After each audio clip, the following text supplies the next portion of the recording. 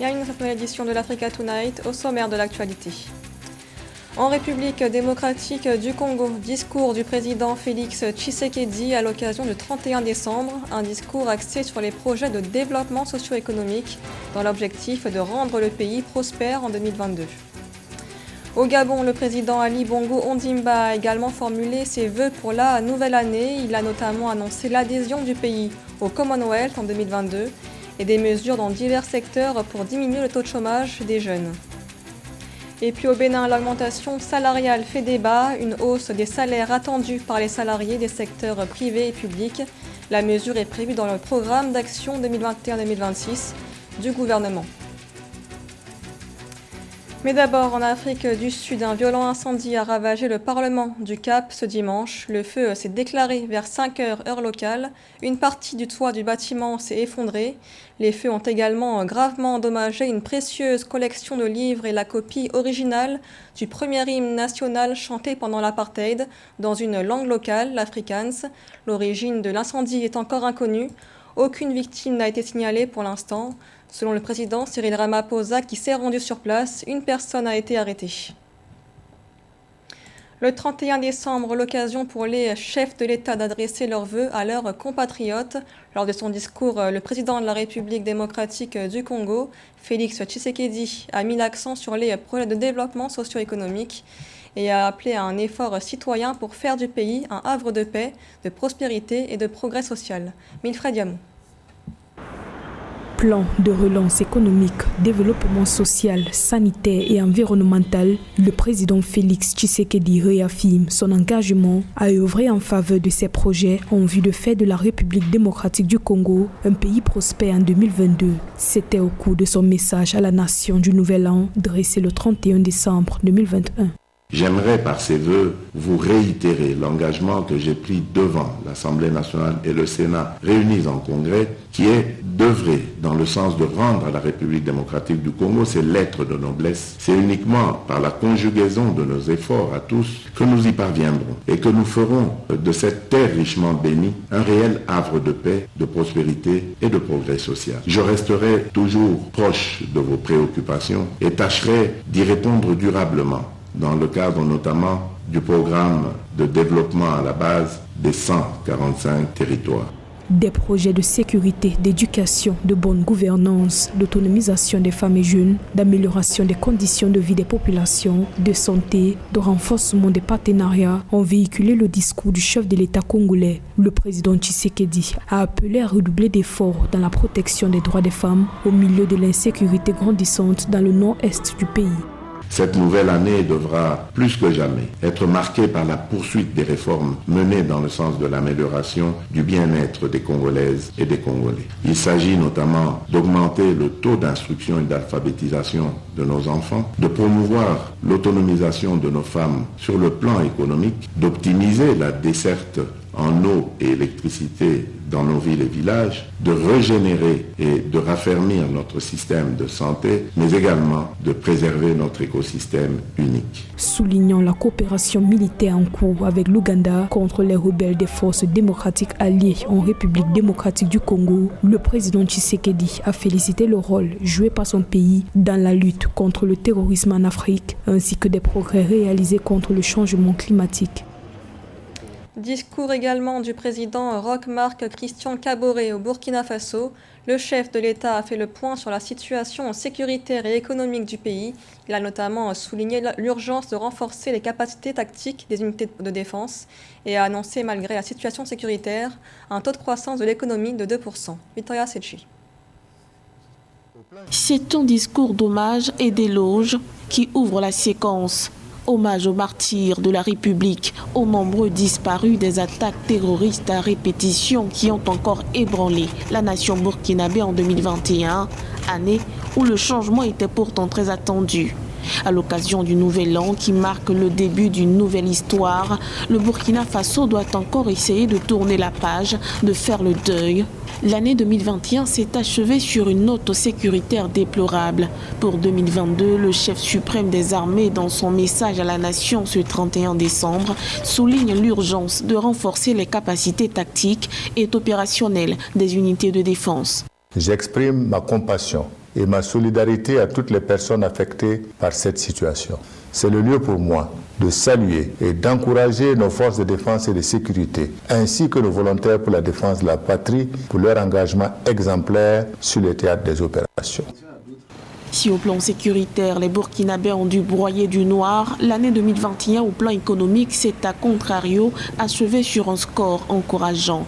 Selon l'exécutif, malgré plusieurs contraintes, l'économie burkinabé s'est bien comportée grâce à l'engagement des citoyens, en affichant un taux de croissance exemplaire de 2%. Le défi reste sans conteste la soutenabilité de la masse salariale et l'équité dans le traitement des salaires des agents de l'État. Si nous voulons consacrer plus de ressources à l'investissement structurant en vue d'améliorer les conditions de vie de nos populations. Outre l'animation de la vie politique qui a connu également des fortunes diverses, le président burkinabé a félicité la maturité du peuple à vouloir préserver et promouvoir le dialogue.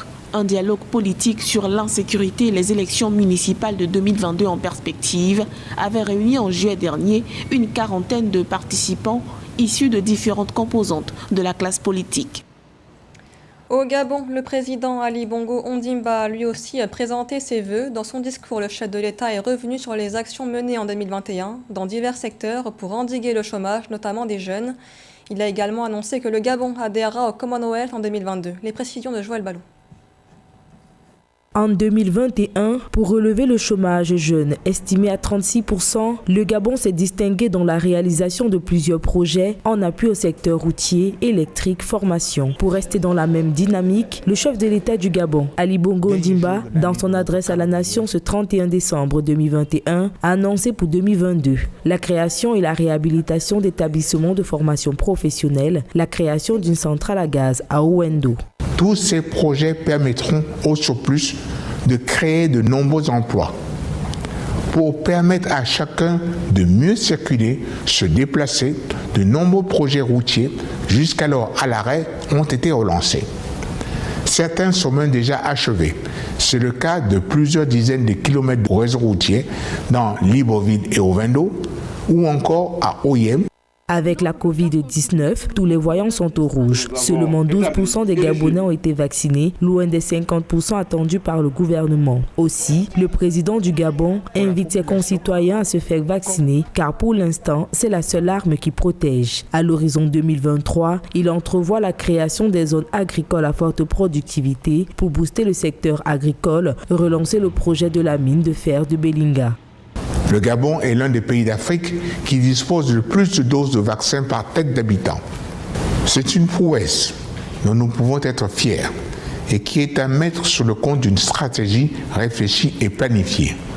Cette arme, ce vaccin, il nous faut désormais l'utiliser régulièrement, l'utiliser le plus possible. Sur le plan diplomatique, le chef de l'État a annoncé l'intégration probable du Gabon au sein du Commonwealth en 2022. À titre de rappel, dès le 1er janvier 2022, le Gabon, pour les 2 années à venir, siège au Conseil de sécurité des Nations Unies où il a été élu en qualité de membre non permanent.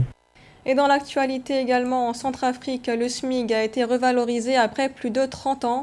L'annonce a été faite par un décret ce 31 décembre du président Faustin Archange Touadéra, un décret qui revalorise également le salaire minimum agricole garanti, le SMAG, une hausse du salaire minimum réclamée depuis longtemps par les syndicats de travailleurs qui exigent qu'il atteigne 40%. Le président a notamment rappelé dans son discours le 31 décembre que malgré un contexte économique difficile, le gouvernement continue à travailler pour améliorer les conditions de vie des citoyens. Et revalorisation salariale également au Bénin pour 2022. Le président Patrice Talon l'a officiellement annoncé dans son discours. Une hausse salariale particulièrement attendue par les fonctionnaires du secteur privé et public. La mesure est prévue dans le programme d'action du gouvernement pour 2021-2026. Reportage de notre correspondante, Lev Tionou. Au Bénin, les fonctionnaires du secteur privé et public se plaignent de leur salaire.